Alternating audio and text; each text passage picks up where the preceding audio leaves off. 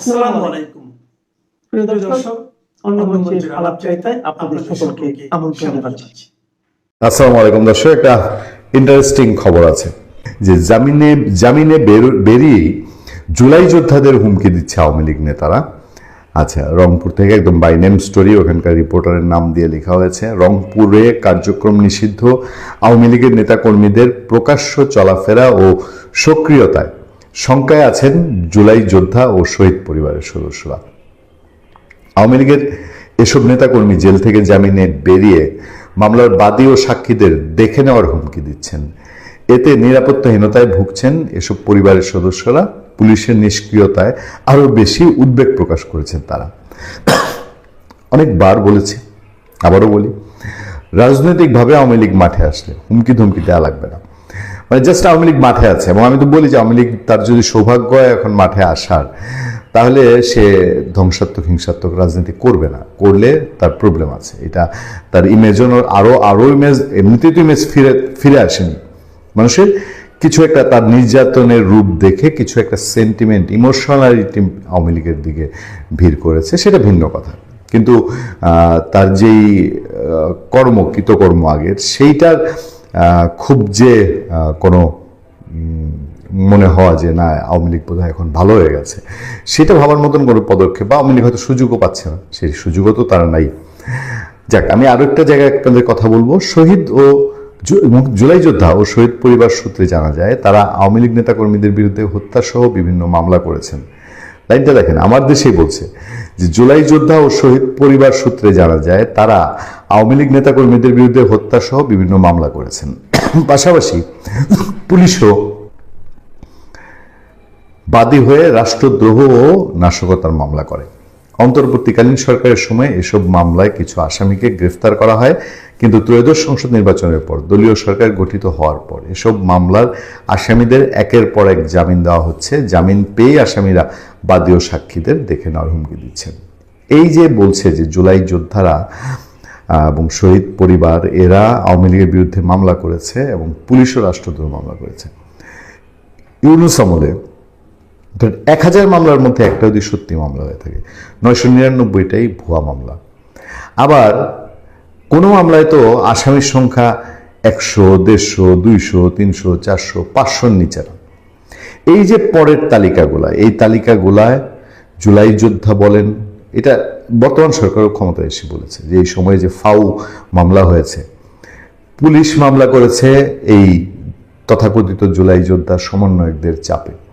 আবার জেলা নেত্রকোনায় একটা জুলাই হত্যাকাণ্ডের মামলা হয়েছে।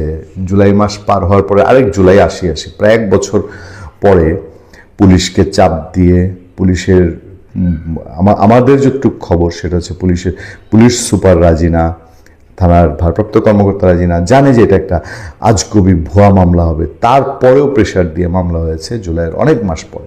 এরকম মামলা সারা দেশে ভুরি ভুরি হয়েছে। আপনারা দেখেছেন যে জুলাই শহীদ তালিকায় মদ খেয়ে বারে মারা গিয়ে সেই তালিকায় নাম উঠেছে। এরকম মামলাও ওই মদ না খেয়েও মাতালের মতো একজন বাদী গিয়ে মামলা করেছে। ফলে এই যে আওয়ামী লীগ ঘরানার অথবা আওয়ামী লীগ গন্ধ আছে এরকম মানুষের জীবন থেকে একটা বছর ছিনিয়ে নেওয়া হয়েছে। এই ছিনিয়ে নেওয়ার কি স্বাভাবিক কোনো প্রতিক্রিয়া নাই? ওদেরকে কি হুমকি দেওয়ার প্রয়োজন আছে? এই ভুয়া মামলাগুলোর কারণে একজন মানুষের, শত শত মানুষের জীবন বাংলাদেশে তছনছ হয়েছে। এই পত্রিকায় বলছে, অভিযোগ রয়েছে এসব বিষয়ে পুলিশকে জানিয়ে কোনো কাজ হচ্ছে না, উল্টো পুলিশের অনেক কর্মকর্তা আওয়ামী লীগের নেতাকর্মীদের সাহস যোগাচ্ছেন। এছাড়া বিএনপির অনেক নেতা কার্যক্রম নিষিদ্ধ আওয়ামী লীগের নেতাকর্মীদের সমর্থন ও সহায়তা করছেন। এতে প্রকাশ্যে ঘুরে বেড়াতে সাহস পাচ্ছে জুলাই বিপ্লবে হত্যা সহ বিভিন্ন মামলার আসামিরা। জামিনে, কিন্তু এটা বলে না জামিনে থাকা মানুষগুলো, এদের ইচ্ছাটা কি জানেন? এদের ইচ্ছাটা হচ্ছে যে এখনও ইউনূস সরকারের মতন বিএনপি সরকার অ্যাটিটিউড করুক, আওয়ামী লীগের সব জেলে পচতে জেলে মারা যাক, এবং আবারও সেই জুলাই যোদ্ধার বাণিজ্য যদি তুলে দিতে পারেন এদের হাতে। এরা তো আফসোসের কথা বলে, প্রকাশ্যেই বলে। হ্যাঁ, তাদের আফসোস, তারা আগে কি রকম বাড়াবাড়ি করতে পারতো, উপদেষ্টাদের সামনে গিয়ে চিল্লাইতে পারতো, মন চাইলে সচিবালয়ে ঢুকে যেতে পারতো। সেই খায়েশ থেকে এই রিপোর্টেই রংপুরের কয়েকটা উপজেলা, যেমন গঙ্গাচড়া উপজেলার একেবারে লিস্ট ধরে আওয়ামী লীগের প্রেসিডেন্ট, সেক্রেটারি, আরও কয়েকজনের নাম ধাম দিছে। পীরগাছায় এরা সব, বদরগঞ্জে এরা সব ঘুরে বেড়াচ্ছে, মিঠাপুকুরে আওয়ামী লীগের লোকজন, মানে রংপুরের প্রায় উপজেলা ওয়ারি প্রত্যেকটা জায়গার নাম ধরে ধরে রোকেয়া বিশ্ববিদ্যালয়ের একজন শিক্ষকের এখানে কমেন্ট নিয়েছে, বলছে রাষ্ট্র তার আইনগতভাবে অপরাধীদের অবশ্যই ধরবে, যারা জুলাই হত্যাকাণ্ডে জড়িত, এবং প্রকৃতপক্ষে যারা অপরাধী তাদের অবশ্যই গ্রেফতার করতে হবে। ইউনূস তো গ্রেফতার করেছে, গ্রেফতার করে দেশটাকে ছাড়খাড় করে ফেলেছে। এইরকম পুরো রংপুরের প্রায় প্রত্যেকটা উপজেলার তারা বর্ণনা দিয়েছে। এই বর্ণনা থেকে আমার ধারণা উপলব্ধি হয়েছে, রংপুরে তো আমরা খোঁজ রাখি, রংপুরে জাতীয় পার্টির লোকজন এখনো আছে, অ্যাক্টিভ আছে, তাদের সঙ্গে আমাদের নানান সময় কথা হয়, বিভিন্ন রাজনৈতিক অ্যাঙ্গেলের লোকজনের কথা হয়, আমাদের সাংবাদিক বন্ধুদের সঙ্গে কথা হয়। রংপুর রাজনৈতিকভাবে কম সংঘাতপূর্ণ একটা এলাকা ছিল, কিন্তু জুলাই সমন্বয়করা, জুলাই যোদ্ধার নাম দিয়ে, জুলাই যোদ্ধার নামধারী লোকরা এমন এক ত্রাসের, অত্যাচারের, মবের এবং সমন্বয়ক পরিচয়ে চাঁদাবাজির রাজত্ব রংপুরে কায়েম করেছিল, যেটা রংপুরের দীর্ঘ সময়ের সেই সম্প্রীতি, উত্তরবঙ্গের মানুষ এমনিতেই সিম্পল হয়, সহজ সরল হয়, তাদের সেই সম্প্রীতির বন্ধনটার 12টা বাজিয়ে দিয়েছিল। এখন আবার সম্প্রীতির রাজনীতি, মানুষ জামিনে আসছে, ঘুরে বেড়াচ্ছে, সেটাও যেন সহ্য হচ্ছে না। আর ভেতরে ভেতরে ওই যে টেনশন, আওয়ামী লীগ মাঠে নেমে গেছে, মানে তারা ঘুরে বসে যাচ্ছে। এই ঘরে বসা থেকে এখন অথৈ সাগরে পড়েছে, ইউনূস নাই, কই যাবে, কি করবে? কারণ আগে তো রংপুর কেন, সারা বাংলাদেশ সেই উপজেলা লেভেলে চিনে না, জানে না, ছাল চুলা নাই সেরকম লোকজন, সমন্বয়ক, উন্নয়ন কর্মকাণ্ড হচ্ছে, যে রাজনৈতিক দলগুলোর মধ্যে ভাগাভাগি হয় না, কাজের ভাগাভাগি হয়, এই ভাগবাটোয়ারা হয়, সেই ভাগবাটোয়ারা সমন্বয়ক পরিচয় দিয়ে 2-4-5টা নাম ঢুকে যেত, এদেরকে কেউ চেনে না, এদেরকে সমান ভাগ দিতে হতো। সেই রাজত্ব এখন বিলীন হওয়ার পথে, ফলে তারা এখন অনেকটাই, আমরা বলি না তার ছিঁড়ে যায়, তার ছিঁড়ে যাওয়া অবস্থা। জিজ্ঞেস করেন তাহলে বুঝলেন, সেই কারণে আমি বলছি হাই আওয়ামী লীগ, হাই আওয়ামী লীগ কেন বললাম, তার আগে আরেকটা সত্য ঘটনা যেটা এখন আপনারা সকলে জানেন। তারপরে এই যে দেখতেছেন না, ইরানের সাথে ইসরায়েল এবং আমেরিকার যেই সংঘর্ষটা হচ্ছে বা যুদ্ধ হচ্ছে, সেইটার মধ্যে এইটার আগে জাস্ট 1 বছর আগে, গত বছর জুলাই তো 12 দিনের একটা যুদ্ধ হয়েছিল। সেই যুদ্ধে ইরানের প্রচুর ক্ষয়ক্ষতি হয়েছিল। তার কারণ হচ্ছে যে ওদের এয়ার ডিফেন্স সিস্টেম থেকে শুরু করে গোয়েন্দা তথ্য সব মোসাদের হাতে পৌঁছে যাচ্ছিল। আর এই মোসাদের হাতে যখন পৌঁছা শুরু করলো, কিভাবে গেল এইটা তদন্তের জন্য আইআরজিসির সবচেয়ে চৌকস 45 জন অফিসার দিয়ে একটা গ্রুপ করা হলো, যে এরা কি করবে, শুধু মোসাদের গুপ্তচর, সিআইএর গুপ্তচরদেরকে ধরে সরাসরি ফাঁসি বা মাইরা ফেলো, কোনো বিচার আচার নাই, এরা গুপ্তচর।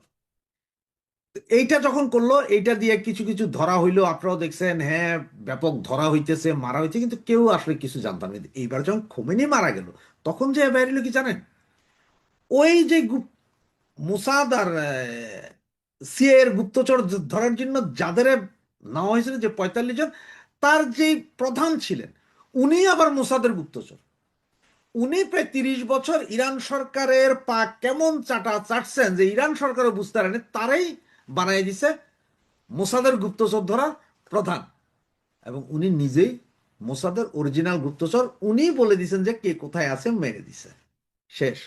এটা এখন জানা যাচ্ছে। আর এটা স্বীকার করলো কখন, খোমেনি মারা যাওয়ার পরে, সবকিছু মারা যাওয়ার শেষ হওয়ার পরে, যে আমেরিকা, ইসরায়েল, ইউরোপিয়ান বিভিন্ন বড় বড় পত্রিকাগুলোতে এটা ফ্লাশ হয়ে গেল যে এই ভদ্রলোকই সেটা। যেমন ইরানের এর আগের যতবারে যে পারমাণবিক ইসলামতে হামলা হইলো, এটা কেউ জানতো না কে কিভাবে করতেছে বা ইরানের সায়েন্টিস্টরা কিভাবে মরতেছে। শেষ পর্যন্ত হানি ট্র্যাপে এক মহিলা, উনি মোসাদের গুপ্তচর ছিলেন, উনি এই কাম ঘটাই দিছে। এই ঘটনাটা আপনারা বুঝছেন, যে মোসাদের গুপ্তচরকে বানানো হইলো যে মোসাদ ধরার জন্য, আর সে এবার খোমেনিরে মাইরা দিল। এই হয়েছে যে মোসাদ আর সিআইএ। তো ঠিক সেম অবস্থা এখন আওয়ামী লীগের। কারণ হচ্ছে, আমি বলি আপনারে, আমি কারো নাম উচ্চারণ করবো, তো বললে বুঝা যাবেন, আপনারা বললেই বুঝা যাবেন। এখন বিভিন্ন জায়গায়, মানে আপনার আওয়ামী লীগ, ছাত্রলীগ, যুবলীগ, শ্রমিক লীগ, অমুক লীগ, তমুক লীগ, তাঁতি লীগ, সবাই এক একজনকে দায়িত্ব দেওয়া হচ্ছে। হঠাৎ হঠাৎ দেখবেন একজন যে অমুক ভাইকে অমুক অঞ্চলের মানে কমিটির বিষয়ে দায়িত্ব দেওয়া হলে, অল্প কয়দিন আগেই একটা কমিটি আপনার বলা হইলো যে এই কমিটির রিপাবলিশ করা হবে, মানে কিছু কিছু আনকরা লোকজন আনা হবে যারা আন্দোলন সংগ্রামে আরো বেগবান করবে বা দলকে গুছিয়ে নিতে সাহায্য করবে। সেই কমিটির এক ভাইকে বসানো হলো। ওনার বাপ আবার হচ্ছে যে উনি যে অঞ্চলের অধিবাসী সেই অঞ্চলের বিএনপির নেতা হইল।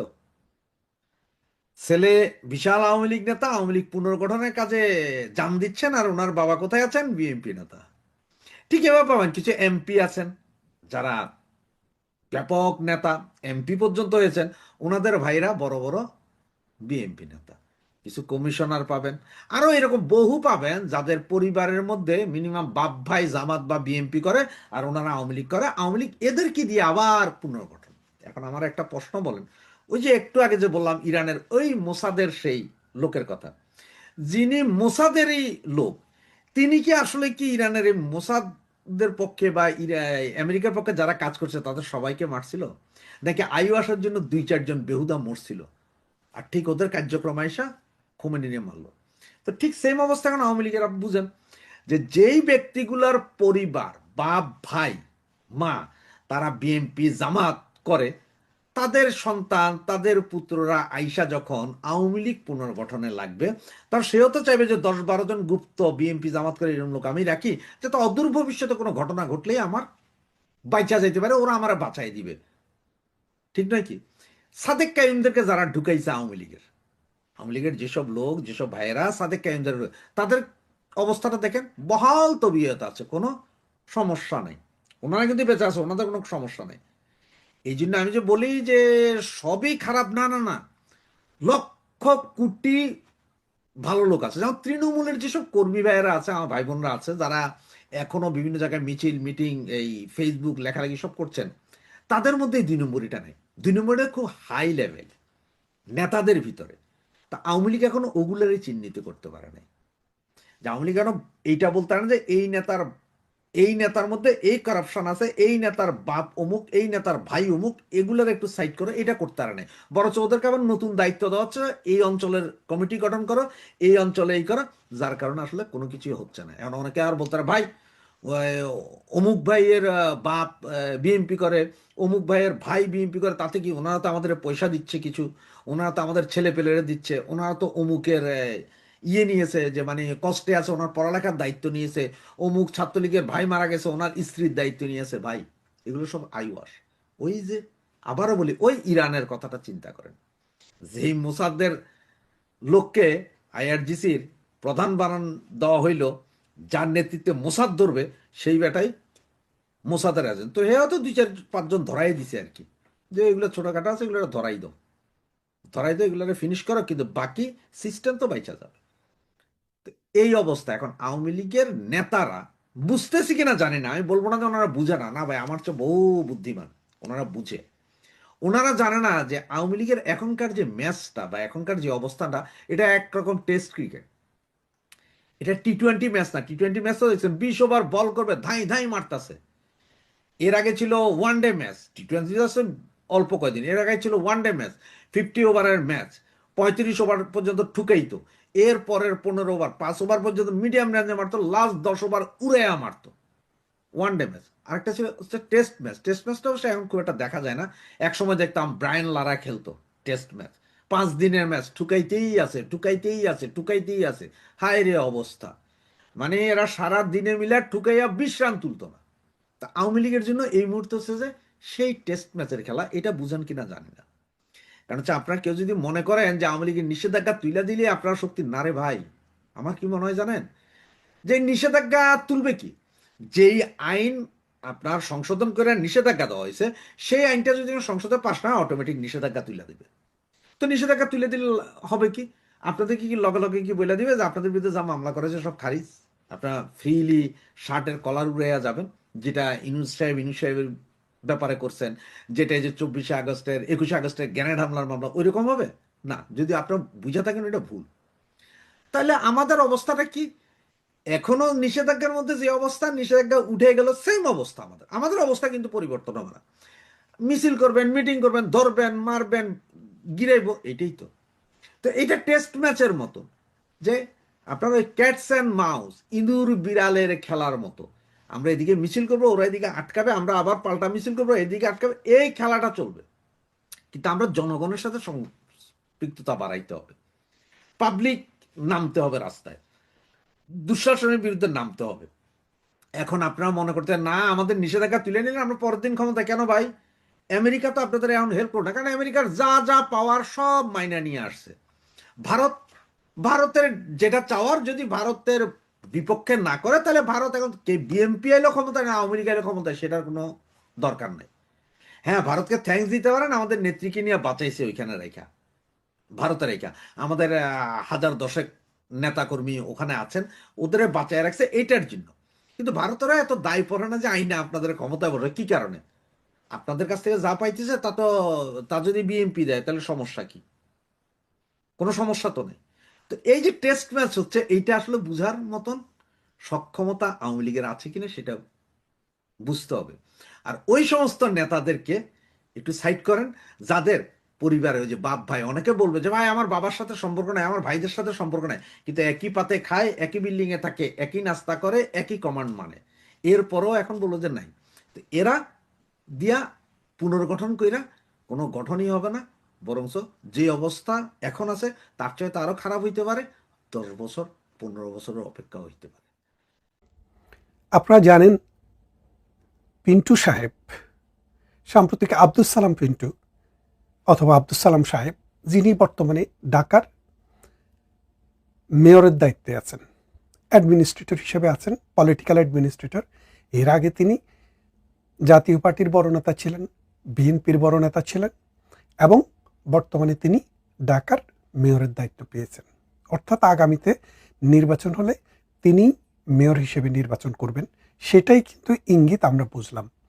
এতে কোনো সমস্যা নেই, বিজ্ঞ মানুষ, দলের দীর্ঘদিনের লোক, পলিটিক্যালি রাজনৈতিক দল যাকে মনে করে যোগ্য তাকে দিবেন, সেটা কোনো সমস্যা নেই। কিন্তু তিনি যে কথাটি বললেন যে বেতন দেওয়ার মতো টাকাও নাকি বাংলাদেশের সবচেয়ে বড় সিটি কর্পোরেশন, বড় শহর, রাজধানী শহর ঢাকার কোষাগারে নেই, অর্থাৎ বেতন দিতে পারবেন সেই অবস্থাও নেই।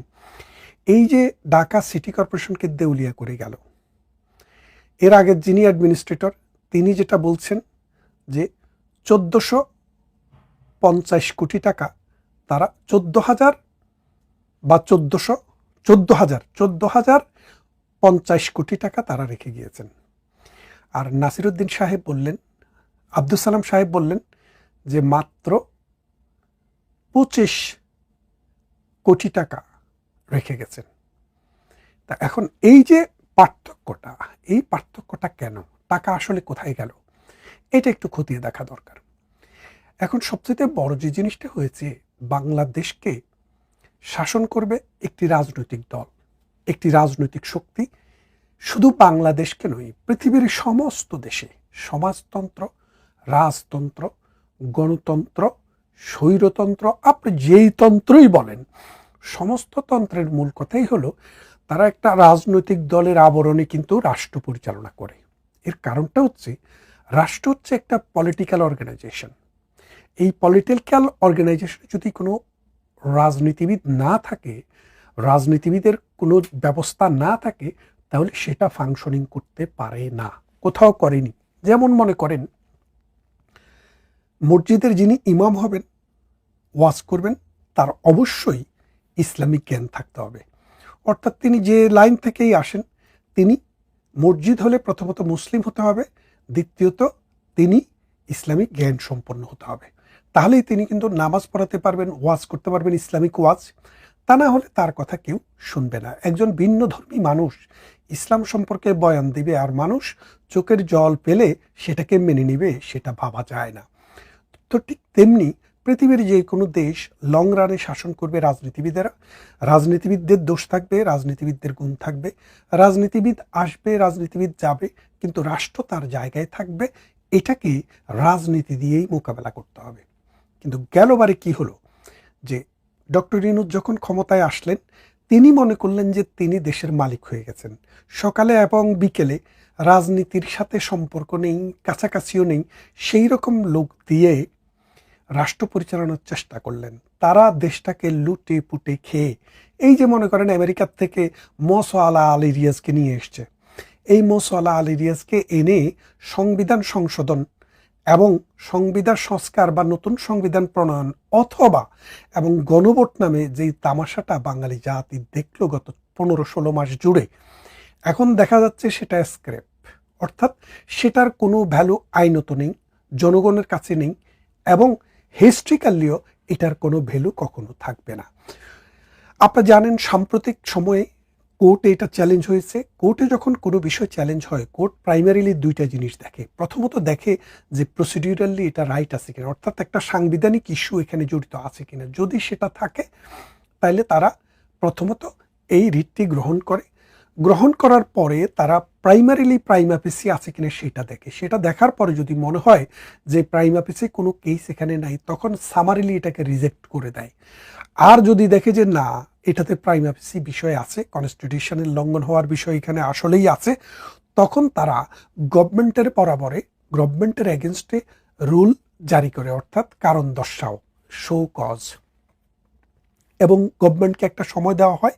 এই সময়ের ভিতরে গভর্নমেন্ট যদি সন্তোষজনক কোনো জবাব না দিতে পারে, সেই ক্ষেত্রে ওই রিটের আলোকে যেই জিনিসটাকে অবৈধ বা বাতিল বা নাল অ্যান্ড ভয়েড অথবা আলটা বায়াস, কর্তৃত্ব বহির্ভূত হিসেবে ঘোষণা করার দরকার, হাইকোর্ট সেটা করে। সেটার বিরুদ্ধে যারা ক্রুদ্ধ সংক্রুদ্ধ তারা সুপ্রিম কোর্ট পর্যন্ত যেতে পারে।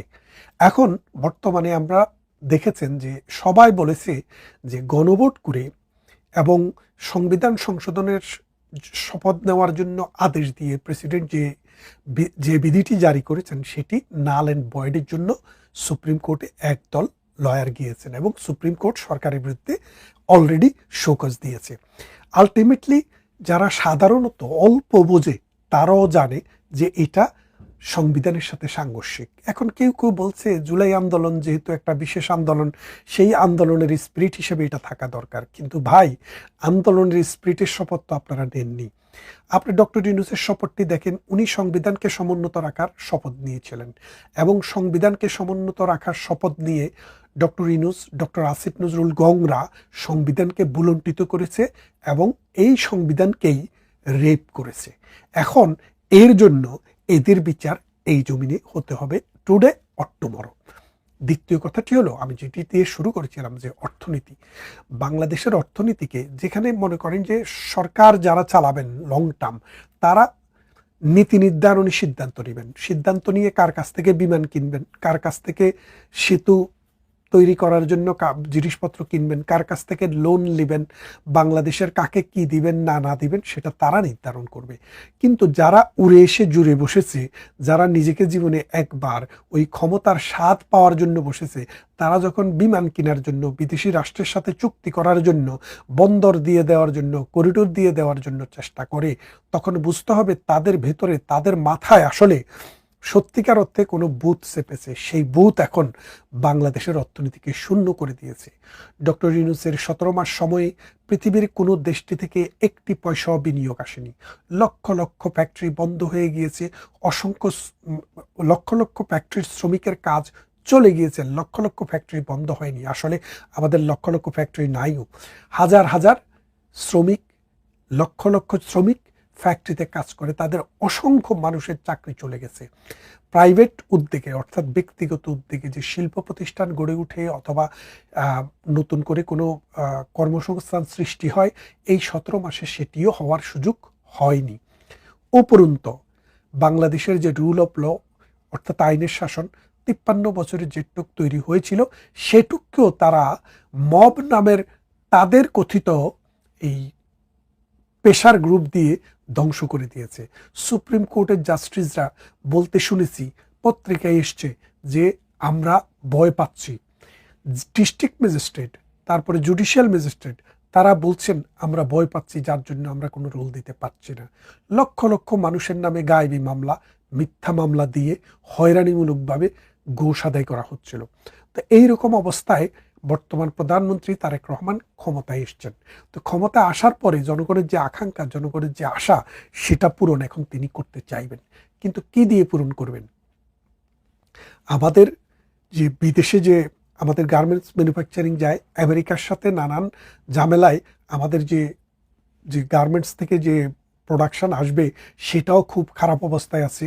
তুলা নিয়ে সমস্যা, ভারতের সাথে সমস্যা, যার কারণে 15-20% এখানে আমাদের গার্মেন্টস ব্যবসা অলরেডি কমে গেছে এবং বৈষয়িক এই অবস্থা এটা আরও কমের দিকে যাবে। এক, দ্বিতীয়ত আপনি যদি দেখেন যে মধ্যপ্রাচ্য থেকে আমাদের যে 70 লাখ শ্রমিক যে টাকা পাঠায়, এই 70 লাখ শ্রমিকের সাথে আমাদের প্রায় 3.5 কোটি মানুষ জড়িত। 70 লাখ বলতে মনে 7 মিলিয়ন, প্রত্যেকজনের সাথে 5 জন করে ফ্যামিলি মেম্বার থাকলে 5 7 35, 350, তার মানে 350 লাখ মানে হচ্ছে 3,50,00,000। এই 3,50,00,000 মানুষের জীবন জীবিকা হুমকির সম্মুখীন হচ্ছে। গালফ ওয়ারে যদি আরও কন্টিনিউ হয়, সেটার যে কি বুমেরাং হবে, কি বড় একটা চ্যালেঞ্জ হয়ে দাঁড়াবে সারা বিশ্বের জন্য, ইভেন আমেরিকার জন্য, সেটা কল্পনাও করা যায় না। তাই এমতো অবস্থায় যে আগামী দিনগুলোতে শুধু ঢাকা শহর নয়, ঢাকা সিটি কর্পোরেশন নয়, চিটাগং সিটি কর্পোরেশন, রাজশাহী, খুলনা, বরিশাল, সিলেট, যেই সব সিটি কর্পোরেশনে রয়েছে সবার অবস্থাই কিন্তু খারাপ। এর ফলে বাংলাদেশের উন্নয়ন, বাংলাদেশের যে অগ্রযাত্রা, সেটা সত্যিকার অর্থেই একটা চ্যালেঞ্জের মুখে পড়েছে। এবং এই ডক্টর ইউনূসের সরকার, যিনি বলছিলেন যে সারা পৃথিবীতে আমরা যাব না, পৃথিবীর মানুষ আমাদের কাছে আসবে, এখন পৃথিবীর মানুষ আমাদের কাছে আসা তো দূরের কথা, পৃথিবীর মানুষ এখন আমাদেরকে আর রাষ্ট্র হিসেবে কনসিডার করছে না। কেউ আমাদের এখানে ইনভেস্ট করছে না, কেউ আমাদেরকে লোন দিচ্ছে না, কেউ আমাদের এখানে কোনো প্রজেক্টকে অ্যাপ্রুভ করছে না, আমাদের থেকে কিনছে না, বিক্রিও করছে না। এমতো অবস্থায় তিনি একে একে অনেকগুলো চুক্তি করে গেলেন আমেরিকার সাথে, যে তুলা কিনতে হবে শুধু আমেরিকা থেকে। এখন আপনি বোঝেন, আমেরিকার দামে তুলা যদি কিনে যদি আমাদের গার্মেন্ট ম্যানুফ্যাকচারিংকে ব্যবহার করতে হয়, তাহলে বাংলাদেশের গার্মেন্টসের যে পোশাক, সেটার দাম 20 ভাগ বেড়ে যাবে। এবং আরও কিছু বিষয় আছে যে আপনি এই আমেরিকা যাদেরকে চায় না তাদের কাছ থেকে কোনো কিছু কিনতে পারবেন না, তাদের সাথে চুক্তি করতে পারবেন না। সেই ক্ষেত্রে চায়না হচ্ছে আমেরিকার ডাইরেক্ট শত্রু। এখন চায়নার সাথে যদি আমরা কর্মকাণ্ড না করতে পারি, ব্যবসা বাণিজ্য না করতে পারি, তাহলে আলটিমেটলি বিষয়টা কোথায় গিয়ে দাঁড়াচ্ছে? অর্থাৎ আপনি বাধ্য হয়েই চায়নার বিকল্প জায়গা খুঁজবেন। চায়নার বিকল্প কোথায়? ভারত। তো ভারতের সাথে তো বাংলাদেশের সম্পর্ক ভালো না, তাহলে কোথায়? ভিয়েতনামও তো উন্নয়নশীল দেশ। সেই ক্ষেত্রে আপনি কানাডা, অস্ট্রেলিয়া, নিউজিল্যান্ড এরকম কোনো দেশ যদি খুঁজতে যান, যেখানেই যাবেন তাদের জীবনের মান উন্নত এবং শ্রমিকের মজুরি বেশি, যার জন্য ওদের প্রোডাক্টের দামও বেশি। তাহলে আমরা সত্যিকার অর্থেই কিন্তু একটা বিপদের মধ্যে আছি। তারপরে দেখেন যে আমাদের আমেরিকা থেকে মানে 14টি বোয়িং নাকি কি কেনার জন্য, বিমান কেনার জন্য চুক্তি করে বসে আছেন।